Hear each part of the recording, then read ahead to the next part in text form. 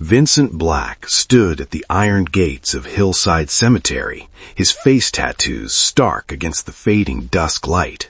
At 45, he had everything power could command: territory, loyalty bought through fear, and a reputation that made grown men look away.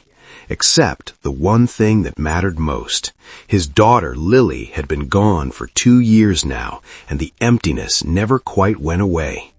He visited every Thursday evening, always alone, always at dusk when the cemetery was emptiest and shadows provided cover. As Vincent walked the familiar path toward Lily's grave, his hand instinctively checking the concealed weapon at his hip, he noticed something unusual. A woman in a janitor's uniform was kneeling beside his daughter's headstone, her yellow rubber gloves still on, and beside her sat a little girl, no more than 6 years old, with blonde hair and tear-stained cheeks. They were both crying softly, placing wilted daisies on the marble. Vincent felt his jaw tighten, rage building like a storm. He quickened his pace, his leather shoes silent on the stone pathway, the predatory walk of a man used to being obeyed without question. "What the hell are you doing here?" he called out, his voice low and dangerous, each word measured like a threat.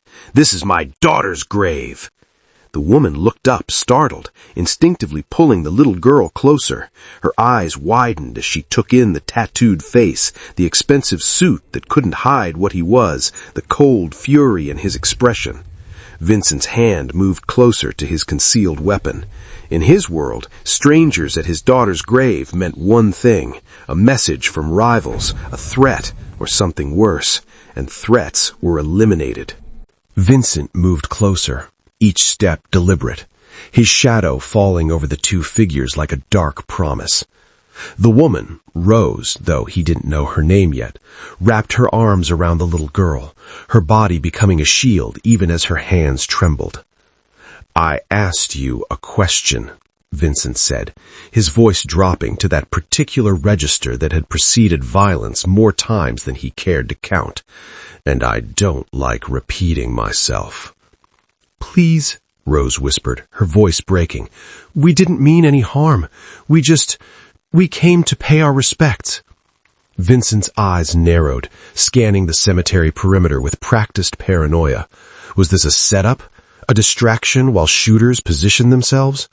The Moretti family had been making moves lately, testing boundaries. Maybe they'd discovered his one weakness, this weekly pilgrimage to the only place where Vincent Black became just a father.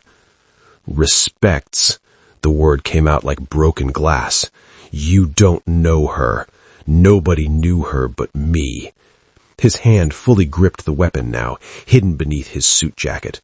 "So you've got about 10 seconds to tell me who sent you before this gets ugly." "Nobody sent us." Rose's voice cracked with genuine terror, but she didn't move away from the grave. That defiance, however small, registered in Vincent's mind. "My name is Rose Berry.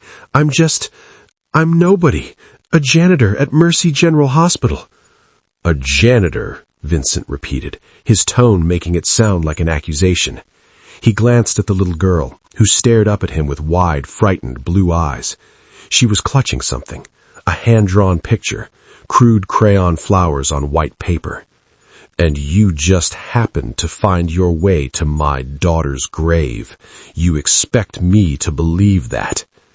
"Your daughter saved my family," Rose said suddenly, the words tumbling out in a desperate rush. "Lily, she helped us when nobody else would. When my husband was dying, when we had nothing, she—" "Stop!" Vincent's voice cut through the air like a blade. "Don't you dare say her name.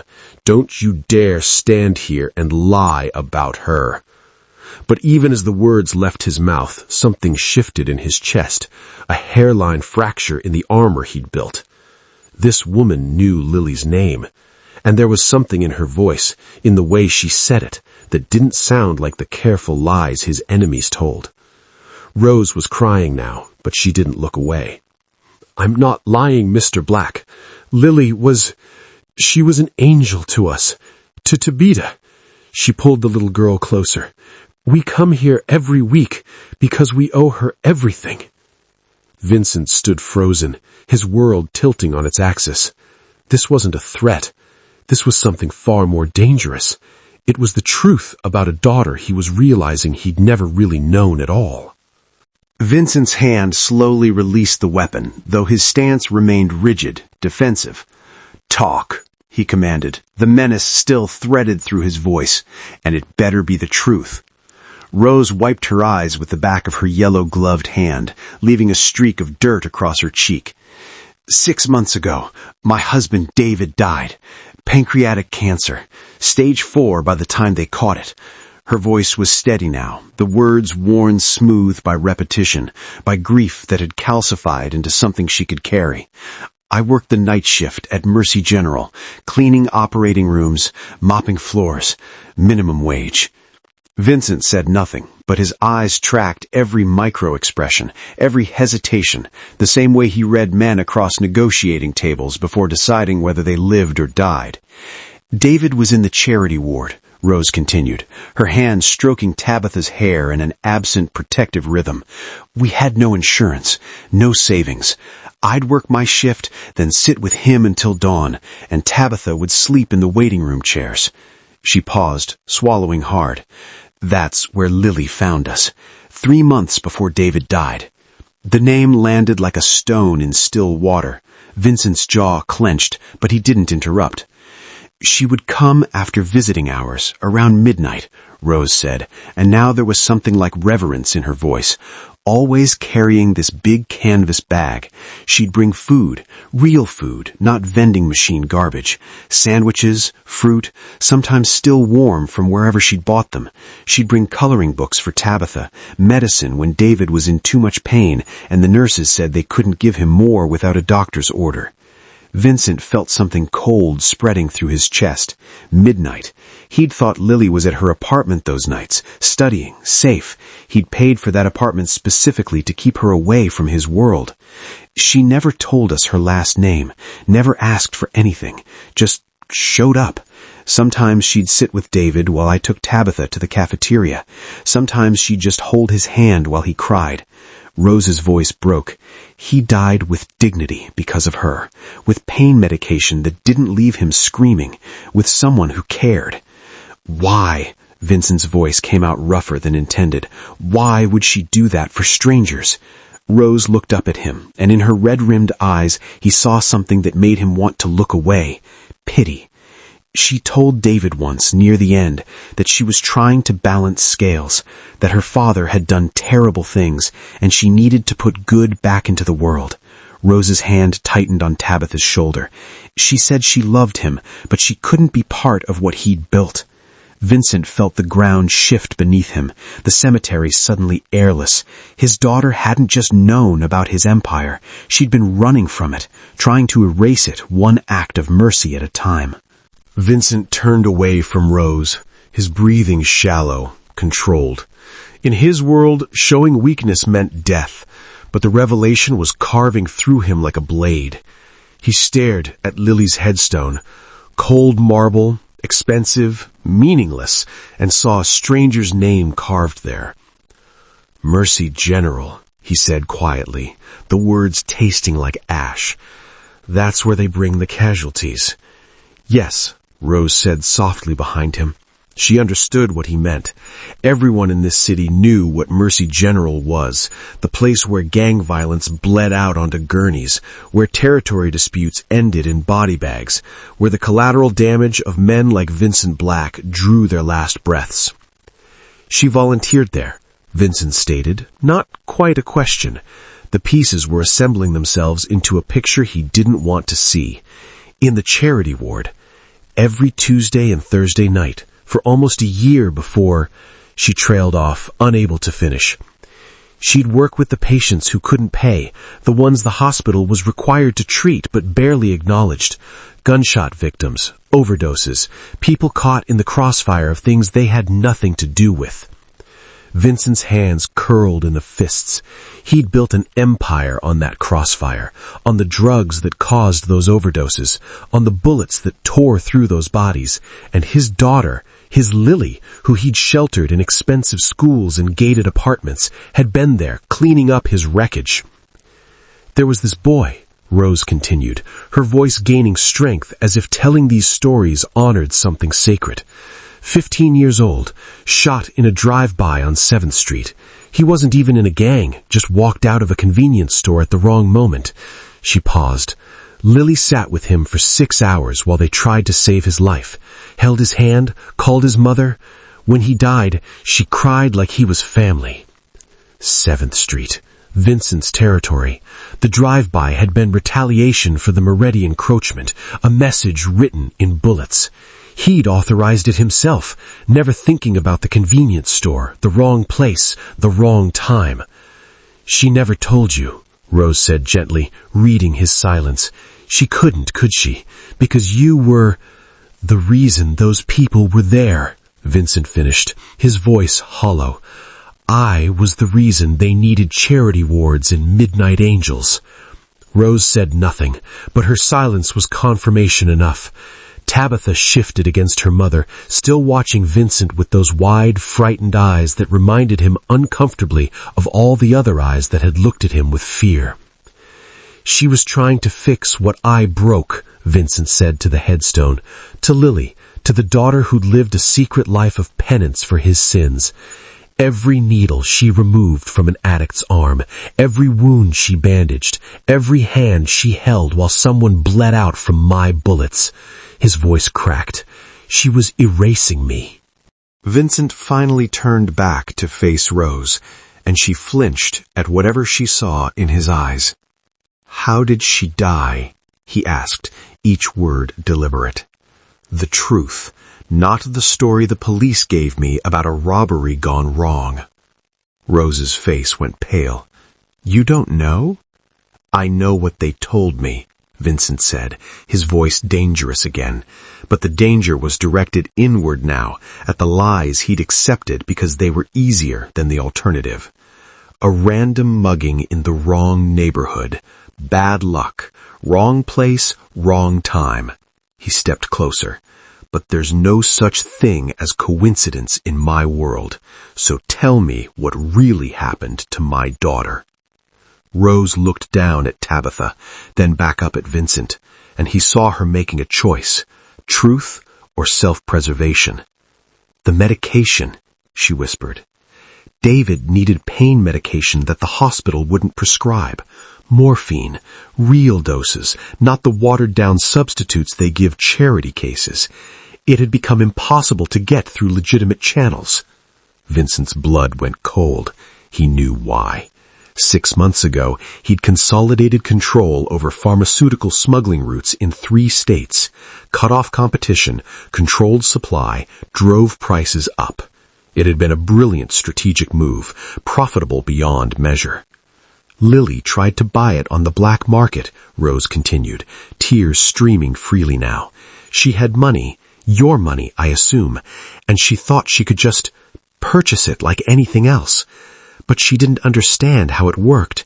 She didn't know the rules. Where? Vincent's voice was barely audible. The docks, Pier 17. Rose's hands were shaking. She arranged a meeting with a supplier, but it was disputed territory. Your crew and the Moretti family were fighting over it. She walked into the middle of a war zone, Vincent finished. Pier 17. He remembered that night. 6 weeks of tension had exploded into gunfire. 3 of his men dead, 5 of theirs. They'd won the territory, secured the route. He'd celebrated with expensive whiskey while his daughter bled out on concrete that his organization controlled. She was caught in the crossfire, said Rose.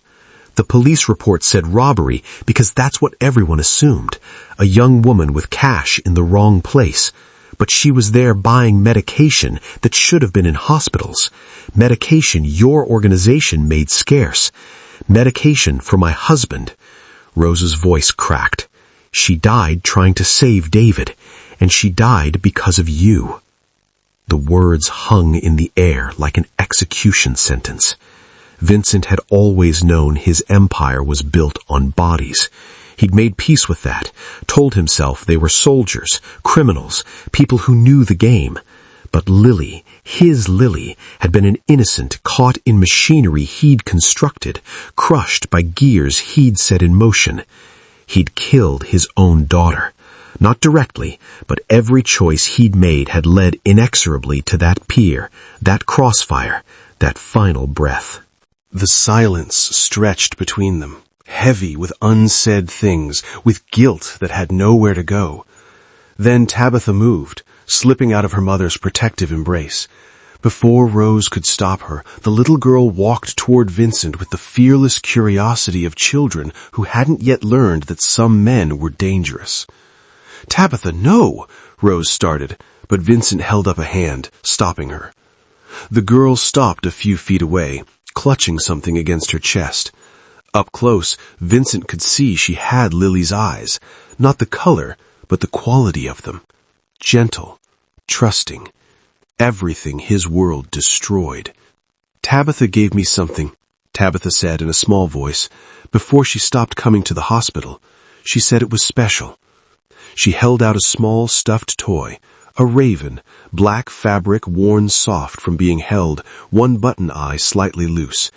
It was cheap, the kind of thing sold in hospital gift shops for $5, but Tabitha held it like it was made of gold.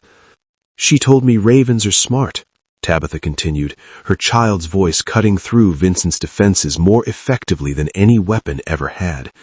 "She said people think they're scary because they're dark and they make loud noises, but she said even ravens can be gentle, that they take care of their families and remember people who are kind to them." She looked up at Vincent and he saw no fear now, only innocent certainty. "She said her daddy was like a raven, strong and scary on the outside, but gentle where it matters." The words hit Vincent like bullets. The Raven, his street name, his identity, the persona he'd built over decades of violence and control. Lily had known. Of course she'd known. And she tried to tell this little girl in the language of fairy tales and metaphors that her father could change, that monsters could choose to be gentle. Vincent's knees weakened. He didn't kneel, men like him didn't kneel, but he found himself sinking down anyway, eye level with Tabitha, his expensive suit creasing on the cemetery grass. His hands were shaking, the same hands that had signed death warrants, broken bones, built an empire on fear. "She believed that?" he whispered, his voice breaking. "Even after everything? Even knowing what I was?" Tabitha nodded solemnly, holding out the raven. "She said you just forgot how, but she was trying to remember for both of you." Something inside Vincent shattered. The facade he'd maintained for 45 years, the cold control, the ruthless calculation, the armor of menace cracked wide open. He reached out with trembling hands and took the stuffed raven, and then he did something he hadn't done since the day they'd lowered Lily's coffin into the ground. He wept. Not the silent, dignified tears of a man maintaining composure, but the raw, broken sobbing of a father who'd lost everything that mattered and was only now understanding why. His daughter had spent her final year trying to prove he could change, dying with hope that the raven could be gentle, and he'd never even known she was trying. 6 months transformed a man in ways that years couldn't. Vincent Black stood at the iron gates of Hillside Cemetery one final time, but the man who entered was barely recognizable as the one who'd threatened a janitor and her daughter over a grave. The tattoos remained. He couldn't erase those, but the expensive suit was gone, replaced by simple jeans and a worn jacket. The concealed weapon was gone too, turned over to federal evidence along with everything else. Dismantling an empire was harder than building one. Every ledger turned over to the FBI, every name given, every route and safe house and dirty cop exposed. It had taken months of careful negotiation. Immunity in exchange for testimony that would send dozens of men to prison. Men who'd been loyal to him, who'd called him boss, who'd believed in the world he built. He'd betrayed them all. It should have felt like defeat. Instead, it felt like the first honest thing he'd done in 20 years. He walked the familiar path toward Lily's grave, and his heart stuttered when he saw them. Rose and Tabitha, kneeling at the headstone just as they had that first Thursday. But Rose looked different now.